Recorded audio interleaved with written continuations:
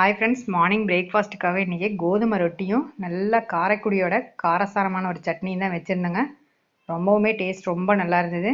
இந்த கோதுமை ரொட்டி நிறைய சின்ன வெங்காயம் சேர்த்து செய்கிறதுனால அவ்வளோ ஒரு ஹெல்த்துக்கு நல்லது. இப்போ இந்த கார சட்னியை ஃபஸ்ட்டு எப்படி செய்யலாங்கிறத பார்க்கலாங்க. அதுக்கப்புறமா கோதுமை மாவு வந்து பிசைஞ்சிக்கலாம். இப்போ கடலைப்பருப்பு ஒரு டேபிள் ஸ்பூன், உளுத்தம்பருப்பு ஒரு அரை டேபிள் ஸ்பூன், அதுக்கப்புறம் காரத்துக்கு தகுந்த காஞ்ச மிளகாய், ஒரு நெல்லிக்காய் சைஸ் புளி எடுத்துருக்குறேங்க. இது வந்து எங்கள் காரத்துக்கு தகுந்த மாதிரி போட்டுக்கோங்க. ஏன்னா காரம் கொஞ்சம் நல்லா சுருக்குன்னு இருக்கணும் இந்த சட்னிக்கு.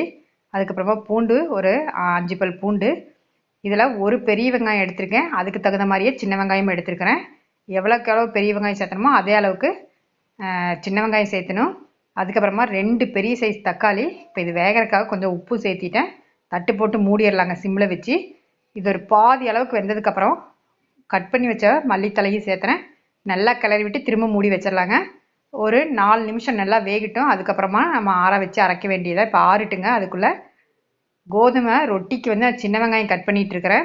ஏன்னா சின்ன வெங்காயம் நிறையா போடணும்.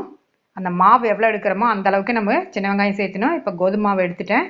இப்போ உப்பு சேர்த்தியாச்சு. இப்போ கட் பண்ணி வச்ச வெங்காயத்தை சேர்த்தி இதை நல்லா கொஞ்சம் கொஞ்சமாக தண்ணி விட்டு நம்ம பிசைஞ்சு எடுக்கணும். இதில் ஒரு காஞ்ச மிளகாய் கிள்ளி போடுறேங்க. இப்போ இது வந்து சப்பாத்தி மாவு மாதிரி இருக்கக்கூடாது.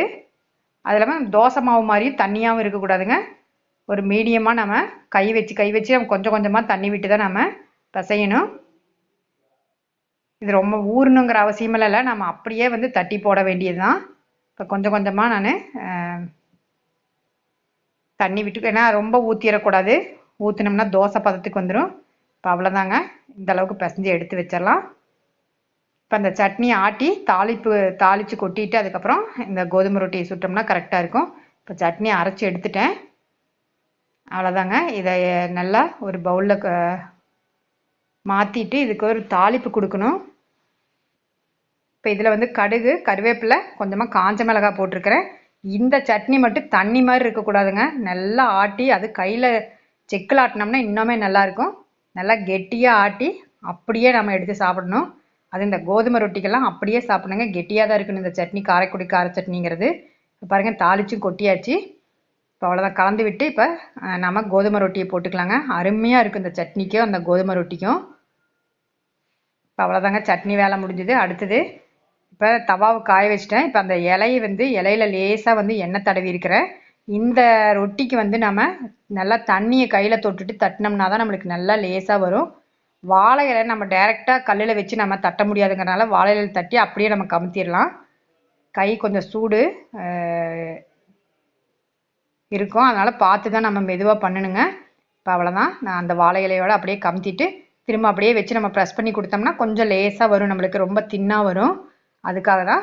இப்போ கொஞ்ச நேரம் வெந்ததுக்கப்புறமா நம்ம இலையை எடுத்துடலாம். இப்போ வெந்துருச்சு. இன்னொரு சைடு நம்ம திருப்பி போட்டுக்கலாங்க. இதே மாதிரி ஒரு 2 ரொட்டி சுட்டுக்கலாம். ஏன்னா இது வந்து ரொம்ப ஜாஸ்தி ஹெவியாக எடுக்க முடியாது. ஒரு ரொட்டி 2 ரொட்டி சாப்பிட்டாவே நல்லா ஃபில்லிங்காக இருக்கும். அது இந்த மாதிரி சம்மர் சீசனுக்கெல்லாம் நம்ம சாப்பிட்டுக்கலாங்க. ஏன்னா ரொம்ப அடிக்கடி பசி எடுக்காது. அதுக்காக இப்போ பாருங்கள், நான் திருப்பி போட்டுட்டேன். நல்லா அருமையான ஒரு கோதுமை ரொட்டி ரெடி ஆயிடுச்சு. இந்த கோதுமை ரொட்டிக்கும் நான் சொன்ன அந்த காரைக்குடி கார சட்னிக்கும் காம்பினேஷன் ரொம்பவுமே சூப்பராக இருக்கும்.